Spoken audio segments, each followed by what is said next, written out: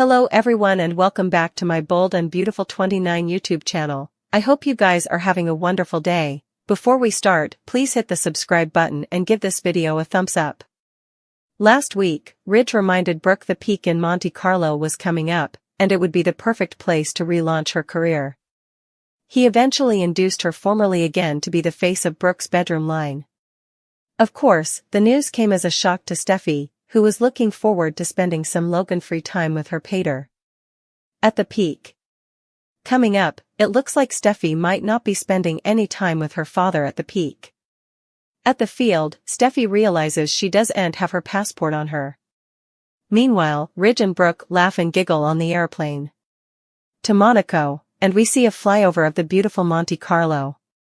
Katie continued to suspect Commodity was over with Poppy, and a colossal battle ended with Katie criminating Poppy of being the one to murder Tom. Coming up, Katie harangues to RJ, "This doesn't make sense, I don't trust her." After Katie's blameworthiness, it appears Poppy decides to get Commodity off her casket. Bill asks Poppy what she's talking about. Poppy cries, Tom was claiming to be Luna's father. You'll have to tune in coming week to find out how they go from that concession to Poppy and Bill getting passionate in bed. Still, as they're getting intimate, someone sneaks in on them. Poppy looks up and screams as Bill turns to see who it is.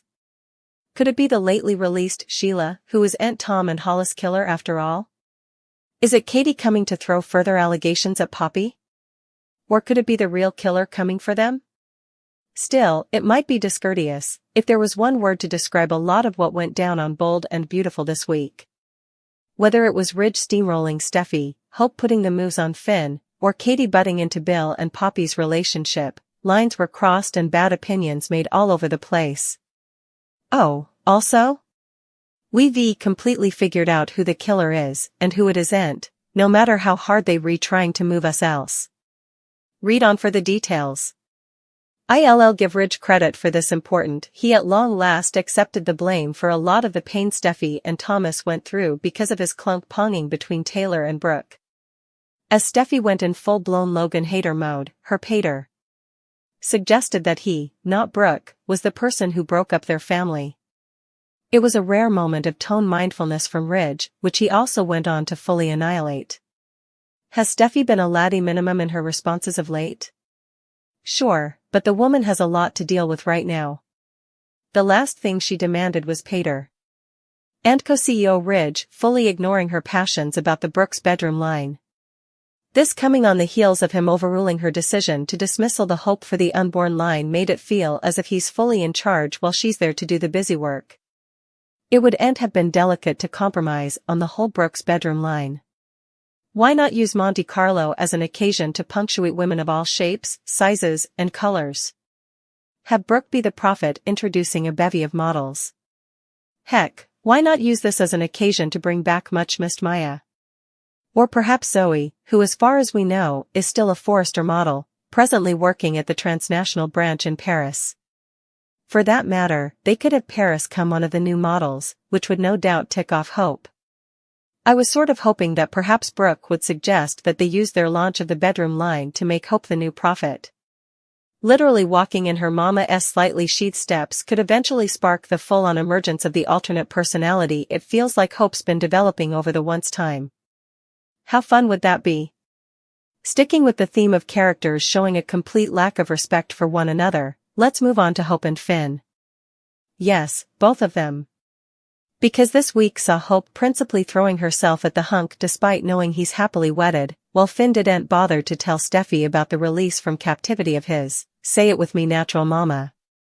Now, I understand him not wanting to admit he was with Hope when he got the news. But Finn boogied into the main office at Forrester, flirted with Steffi, made out with her a bit and no way bothered to tell her the Sheila news. Rather, she set up out via a textbook from her pater. I've loved Katie Logan for as long as I can flash back. Longtime observers will recall that when Bold and Beautiful began, Katie, also played by Nancy Sloan, seen below with Catherine Kelly Lang's Brooke, was the proverbial unattractive duckling who lived in the murk cast by her aged, more glam sisters. At her core, the character has no way lost that instability, indeed as she has grown and changed over the times. Recently, still, I've been wanting to garrote Katie, or maybe more directly the Pens who are casting her jest. First, she ditched Carter for no reason and off-screen. Also, she suddenly sounded to redevelop passions for Bill, putatively urged by nothing further than his moving on. More lately, she's begun shambling into Bill's house. Does nothing on this show know how to lock a door? And, in keeping with this week's overall theme, being downright discourteous to Poppy. I suppose what really bothers me about this is that, as I mentioned ahead, Poppy has experienced a complete, and fully unmotivated, change. Why? So that Katie can be suspicious of her. In the case of both women, the show is putting plot above character, which is a major no-no in detergents. Observers invest a whole lot of time getting to know the characters. When they suddenly begin acting oddly, we incontinently fade it. While that happens enough regularly on this particular cleaner, this case is especially obvious.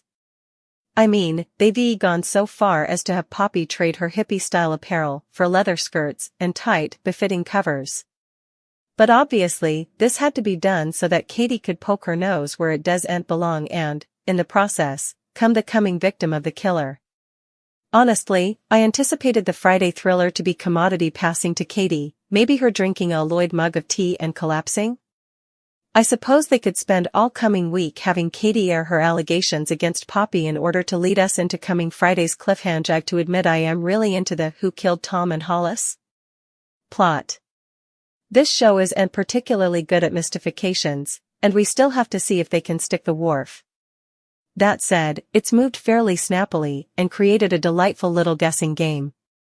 Poppy looks shamefaced, indeed if that means rewriting history in ways that don't make sense and having her act in ways that are fully antithetical to everything we've been told in the history.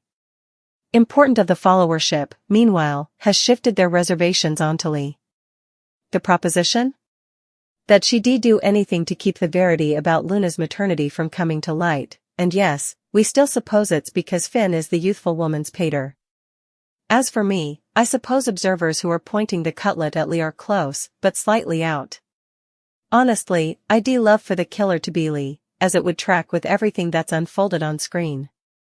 My only problem with that outgrowth is that I really don't want to lose the stupendous Naomi Matsuda. Scenes between Lee and Bill this week left numerous in the followership, myself included, kinda sorta wanting them to be paired up. Rather, I suspect the killer will turn out to be Lee's partner, Jack. You'll recall that he was at the show the night Tom drank his anesthetized energy drink. His motive? Then's where I worry the story could get lame. I could see them revealing that he knew how desperately Lee wanted to help the verity about Luna's true maternity coming out and, to make up for how poorly he'd hurt her over the times, took drastic action on Lee's behalf.